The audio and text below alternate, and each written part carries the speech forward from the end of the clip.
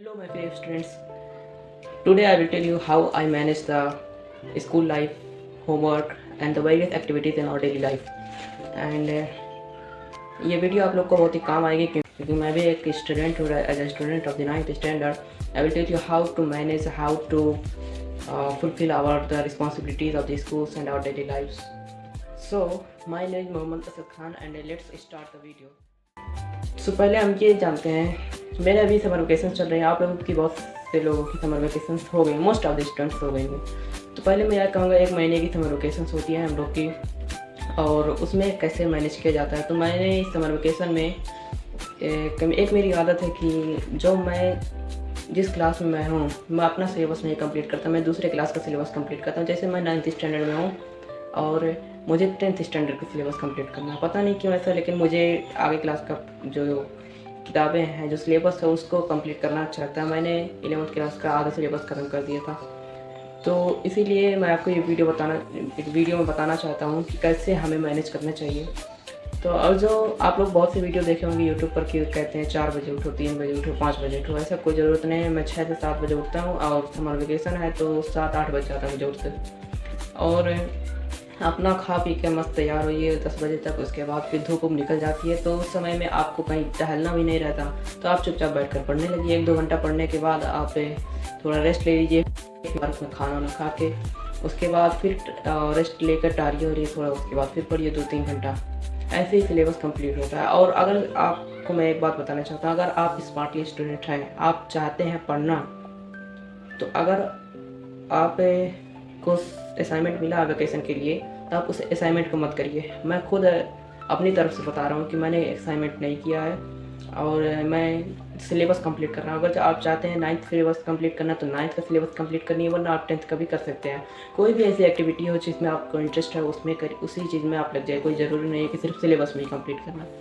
तो मैं extra curriculum में तो नहीं उतना रह पाता हूँ. Just I created the videos for you and I play cricket at the rest time, so I can as like I fulfill my needs.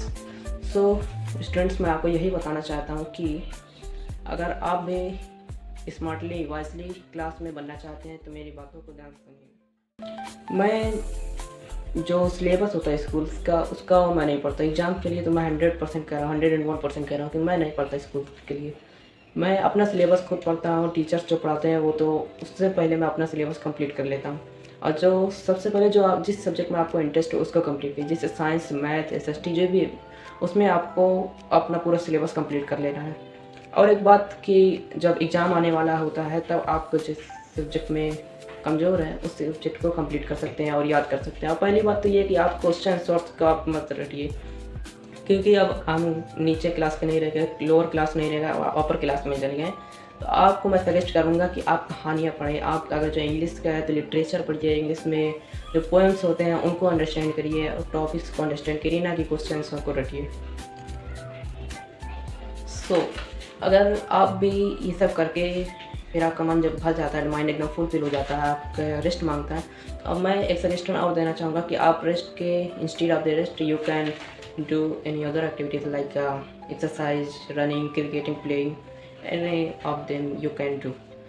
And अगर आप मेरे जानना चाहते हैं हर एक सब्जेक्ट का अलग अलग डिटेल में जानना चाहते हैं, how to read, how to study in them, तो मेरे कमेंट बॉक्स में आप लिख दीजिएगा. मैं अगर जो रिस्पांस आया बढ़िया तो मैं उस चीज़ पर भी वीडियोस बनाऊंगा.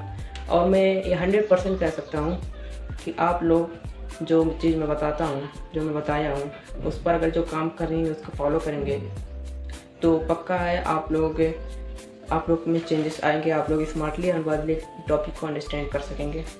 और एक बात, अगर आपको मेरी वीडियो अच्छी लगी तो सपोर्ट कीजिएगा, क्योंकि अभी मैं बिगिनर हूँ तो उतना टाइम लगेगा थोड़ी बढ़िया हाई क्वालिटी वीडियो बनाने में. तो लाइक और सब्सक्राइब जरूर.